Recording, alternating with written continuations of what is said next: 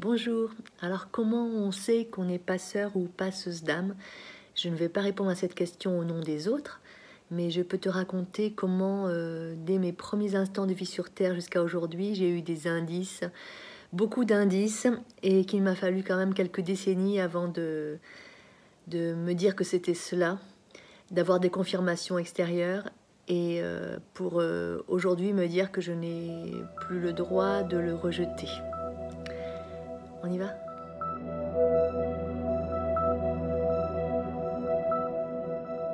Tout de suite, déjà dans le ventre de ma mère, je suis en lien avec le monde invisible et avec les morts, parce que ce qu'on appelle les morts, ce sont seulement des vivants qui continuent leur vie autrement ailleurs.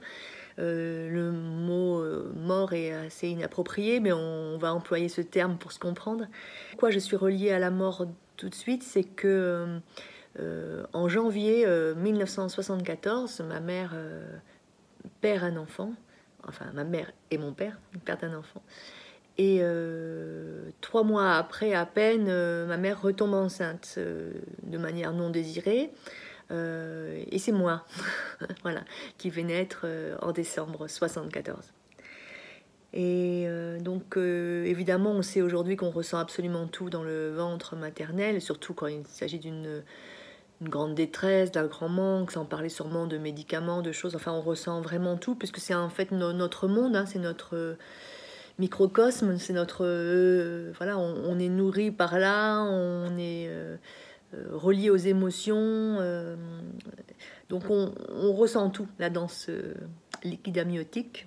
Tout de suite, j'ai un rapport très fort avec les défunts, avec le deuil, avec la souffrance, avec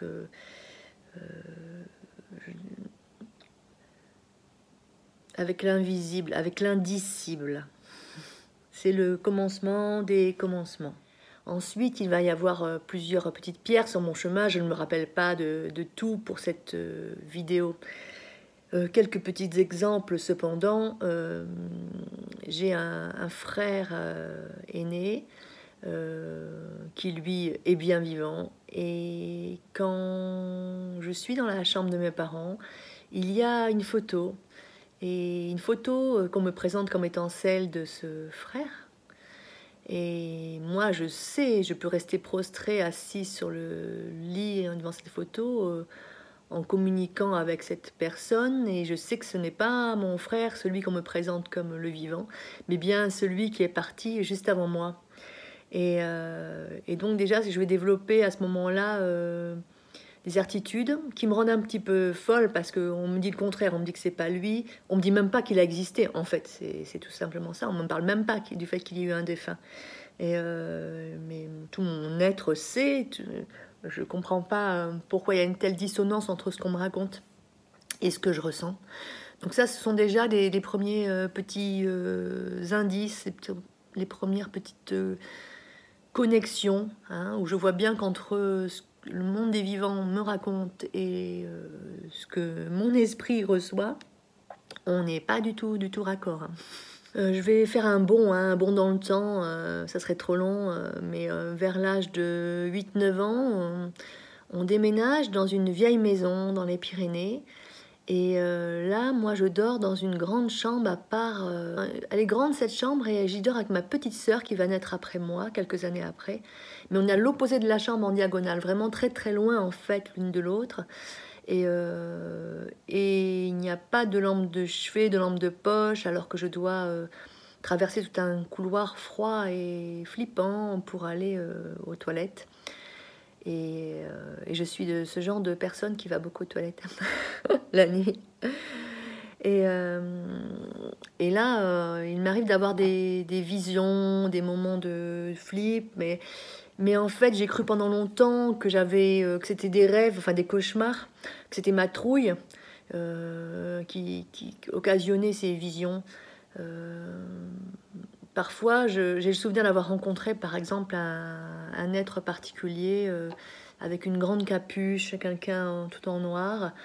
Et j'ai vraiment eu la sensation que c'était réel, que je le rencontrais dans cette cage d'escalier. Et pourtant, je me réveille dans mon lit. Et à ce moment-là, toute petite fille que je suis, je me dis que tout simplement, j'ai fait un cauchemar. Et pourtant, ça garde encore aujourd'hui un goût de rencontre bien réelle, quoi, parce qu'il y a vraiment eu enfin, j'ai vraiment été touchée, comme si j'étais emportée quelque part et que je voulais pas et que finalement je revenais à moi. J'ai vécu ça aussi dans le cadre de la chambre aussi, ce qui fait que je n'osais plus me lever. Puis comme en plus j'avais pas de lumière pour traverser, ça m'arrivait je crois, de faire pipi au lit, tellement de terreur. Et ça m'est arrivé aussi de voir l'apparition comme d'une femme au-dessus du berceau de ma sœur, ce genre de petites choses, mais bon, je croyais que j'ai inventé tout cela. Et comme il n'y avait pas de communication, c'est-à-dire que j'ai pas eu ce genre de parent qui vient s'asseoir au bord du lit et qui te chante des berceuses ou te lit un livre, pas du tout. Et donc j'étais seule avec mon mental à essayer de recoller les morceaux. Mon autre grand frère dormait ailleurs, dans une autre pièce. Donc moi j'étais la grande, quoi. J'étais la grande qui devait veiller sur la petite qui était pourtant à l'autre bout. Donc on dormait même pas l'une à côté de l'autre. Voilà, c'est peut-être ce dont je me rappelle le plus. Alors tu vas me dire, j'ai fait un bond entre le moment où je regarde prostré les photos du défunt et ce moment dans cette chambre des Pyrénées. Mais sans doute parce que entre les deux, il y a pas mal de choses dont mon esprit n'a pas forcément encore envie de se rappeler complètement. On va donc en rester là et on va faire un bond l'année de mes 15 ans. C'est dans une autre maison en Charente-Maritime. Et là, ce sont les derniers jours de mon grand-père paternel. Et mon père, pour bien faire et ne pas le laisser partir à l'hôpital, souhaite le ramener à la maison. Et comme par hasard, à qui on demande de laisser sa chambre et son lit pour le futur défunt, c'est à moi. Voilà. J'ai un souvenir très précis parce que ma mère me promet qu'elle lavera les draps, qu'elle changera les draps, qu'elle en mettra d'autres. C'est un peu la condition pour que je dise oui, parce que forcément je suis terrifiée à l'idée de... Non pas laisser ma chambre, c'est pas ça le problème, mais l'idée que mon grand-père meure dans mon lit. Alors en même temps, par contre, ce qui est très bien, c'est que ça devrait toujours se passer comme ça. C'est-à-dire qu'aujourd'hui, on voit plus quelqu'un meurt à l'hôpital, on l'emmène dans la chambre froide et c'est terrible, quoi. Donc ça, je trouve ça bien qu'il puisse mourir dans sa famille. C'est pas le problème, c'est que moi je suis petite, enfin je suis ado et c'est vraiment terrifiant. Il y a un rocking chair, en face de son lit, mon père a mis une photo de son père et de sa mère, donc arrière-grand-père, arrière-grand-mère pour moi, que je n'ai pas connu, et pour qu'il puisse partir en paix. Et non seulement ça va se passer donc dans ma chambre, dans mon lit, mais en plus comme on vient un peu le veiller, et ben je me retrouve moi assise sur le siège. Je crois même pas que ça a été... Je crois pas que mon frère et ma sœur aient eu à le faire. Sûrement ma sœur parce qu'elle était trop petite, mais mon frère qui est plus grand. Et je sais même pas, je ne crois pas. Est-ce qu'il était allé veiller mon grand-père? Je ne me rappelle plus d'où il était, de ce qu'il faisait. En tout cas, moi, je me rappelle bien être allée sur ce siège, sur rocking chair, et être allée regarder les respirations de mon grand-père diminuer, son souffle être de moins en moins important, ses yeux fermés. C'était vraiment flippant pour moi, petite fille, et j'ai vraiment pu assister donc à son dernier souffle. J'ai le souvenir d'avoir ressenti un grand soulagement pour lui et ce qui va se passer, c'est que je vais évidemment prendre une réprimande de ma mère lorsque je vais oser demander qu'elle tienne sa promesse pour les draps. Voilà, je passerai pour quelqu'un de pas cool. Et surtout, ce dont je me rappelle, c'est que quelques jours après, moi, je ressens une grande joie parce que sûrement, je sais qu'il est bien là où il est. Et quelques jours se passent et je chante de sa libération. Et là encore, je reprends une remarque de ma mère qui me dit que vis-à-vis de mon père, il ne faut pas chanter, il faut respecter son deuil, sa peine, voilà. Et je comprends pas. Je comprends pas parce que moi je sens bien que mon grand-père il va vachement bien là où il est et qu'il est libéré. Et je comprends pas qu'on veuille pas mettre de la joie sur cet épisode. Et puis il n'y a pas de mots qui vont être posés, hein, c'est-à-dire que il n'y a pas de partage sur le deuil. C'est-à-dire qu'au moment de l'incinération, mon père part marcher, s'isoler, sûrement évidemment pour vivre sa peine, mais il n'y a aucun mot échangé avec, de communication avec les enfants pour parler de cet épisode, pour partager. On sait très bien que mettre des mots, c'est ce qui fait que tout le monde peut partager le deuil et aller mieux. Il n'y a rien de tout ça. Mais en tout cas, moi, je retiens que déjà à ce moment-là, c'est moi qui veille le mort de la famille et qui vois son dernier souffle. Et dans mon lit. Et dans la maison où je suis née, puisque nous sommes revenus à ce moment-là dans la maison dans laquelle je suis née. Alors être passeuse d'âme, c'est aussi prendre soin des vivants quand ils sont dans des passes difficiles. C'est être comme une sorte de phare de lumière. Même quand vous avez l'impression vous-même de ne pas être une lumière du tout et d'être au fond du trou, ça, vous n'y échappez pas. Ça, j'ai mis très très longtemps à le comprendre. À la fois, je vois bien que je fais peur aux gens, que je suis différente, que peut-être les gens captent que je suis un peu ailleurs, quoi, entre deux mondes. Je ne sais pas. En revanche, si quelqu'un a quelque chose de difficile à partager, c'est pour ma pomme. C'est pour ma pomme et c'est moi qui... Voilà. C'est moi à qui ma mère confie, par exemple, toute son atroce enfance pendant des heures. C'est à moi qu'elle confie tout ça. C'est si je rencontre quelqu'un dans la rue, j'ai presque l'impression que même si c'était un chien, il pourrait me confier sa vie, quoi. Ça va occasionner des trucs un peu comiques aussi, parce que beaucoup plus tard, par exemple, avec le père de mes enfants, parfois on est dans des cadres qui ne s'y prêtent pas du tout, comme je sais pas, chez un notaire, dans un cadre super strict. Et on se retrouve avec le notaire qui me raconte toute sa vie, mais des trucs intimes que je sais même pas s'il raconterait ça à son psy. Et je me fais à nouveau engueuler par mon ex-époux parce que quelqu'un s'est encore confié à moi alors qu'on était juste venu parler de tel truc. Et moi, j'y peux rien, quoi. Je sais pas pourquoi, quoi. On se confie comme ça spontanément à moi, j'y peux rien.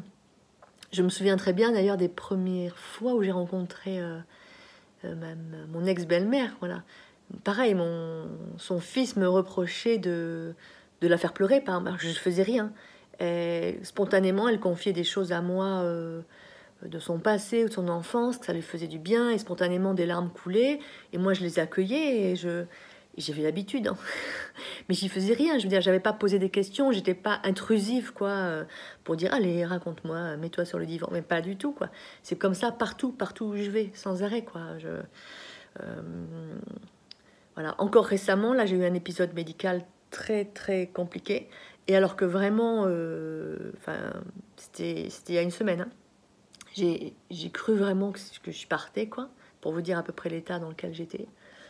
Et même l'infirmière qui est venue me soigner, qui était adorable, hein, mais elle m'a raconté toutes les choses difficiles de ces dernières années dans sa vie. Alors que j'étais alitée, sous perf, tout ça. Enfin, c'est fou, quoi. Et c'est tout le temps comme ça, voilà. J'appelle ce truc-là. Et d'ailleurs, aujourd'hui, je suis arrivée... donc, j'ai changé de ville, je suis vers Sarlat.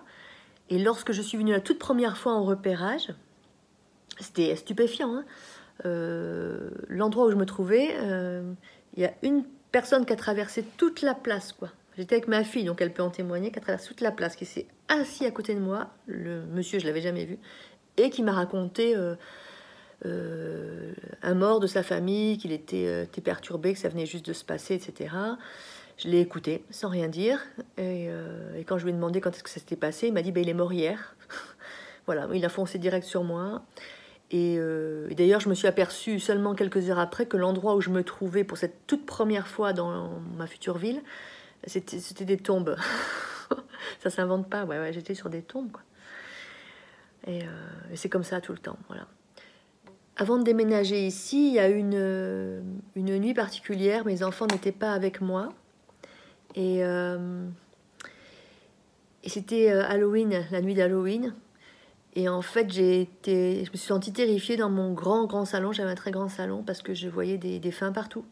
Donc j'ai couru me mettre sous la couette de mon lit. Et là, j'ai quand même flippé. J'ai contacté une amie, une très bonne amie qui vit au Québec, et qui m'a mise en relation avec une dame qui m'a essayé de me raconter comment me protéger. Et toute cette aide qu'elle m'a apportée devait être payante. Et ça a été une grande révélation, même si je peine encore à y croire, hein, je vous jure. C'est que quand j'ai voulu demander à cette dame comment j'allais la rémunérer, elle m'a renvoyé un mail en me disant qu'elle ne me ferait pas payer.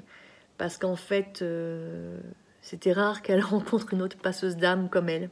Bon, mis à part le fait que j'ai économisé 100 $ ce jour-là, je me suis dit, ah bon. Et même après ça, j'ai pas continué à y croire. Voilà. Alors, il suffit de regarder plusieurs de mes vidéos pour voir que j'ouvre de plus en plus la porte aux défunts ou aux vivants qui sont dans des passes difficiles. Là, j'ai mon chat qui s'agite, là. C'est pour ça que j'ai du mal à te parler. Mais je crois que je vais plus pouvoir reculer, c'est même sûr, et je vais te raconter pourquoi. Alors, je sais pas si tu connais l'histoire de Corinne Sombrin, cette musicologue réputée qui perd... Mon chat n'aime pas que je parle de Corinne Sombrin. Qui perd son mari d'un cancer et qui va aller dans le cadre de son travail pour essayer de se changer les idées, de se remettre de cette mort... avoir une mission d'enregistrement d'une séance de chamanisme dans une yourte en Mongolie. Voilà, elle doit juste enregistrer les sons. Sauf qu'au moment de cette cérémonie, en fait, elle va rentrer en transe et la chamane présente va se mettre très en colère parce que jamais deux chamanes ne doivent être en présence l'une de l'autre. Sauf que Corinne Sombrin ne sait pas elle-même qu'elle était chamane. Et pour la petite histoire, la chamane va lui dire, il y a eu un film, hein, tu l'as peut-être vu depuis, tourné avec Cécile de France dans son rôle, que je trouve moins bien que le livre, hein, je te conseille le livre raconté par Corinne. Et la chamane va lui dire qu'elle ne peut pas échapper au fait qu'elle soit elle-même chamane. Et que si elle veut oublier cela, elle ne pourra pas. Tout ira de mal en pis dans sa vie. Et c'est sa mission, quoi, en gros. Hein, elle ne peut pas échapper à cette fonction. Et là, ce dont je me rends compte en ce moment, c'est que c'est ça. J'ai essayé un petit peu de mettre à distance, là, depuis un certain temps. Parce que c'est très lourd, parce que c'est très dur de ce parcours-là. C'est vraiment pas simple d'être passeuse d'âme, vraiment pas simple. Et là, on est en train de me faire comprendre que, de plein de façons, que ça va être horrible si je refuse, quoi. Que j'ai pas le choix.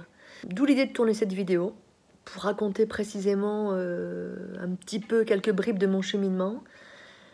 Je te raconterai donc bien sûr d'autres fois, comme j'ai déjà fait des histoires avec des gens qui m'ont demandé de l'aide pour des malades, pour des vivants qui viennent me voir, évidemment des défunts qui viennent toquer à la porte.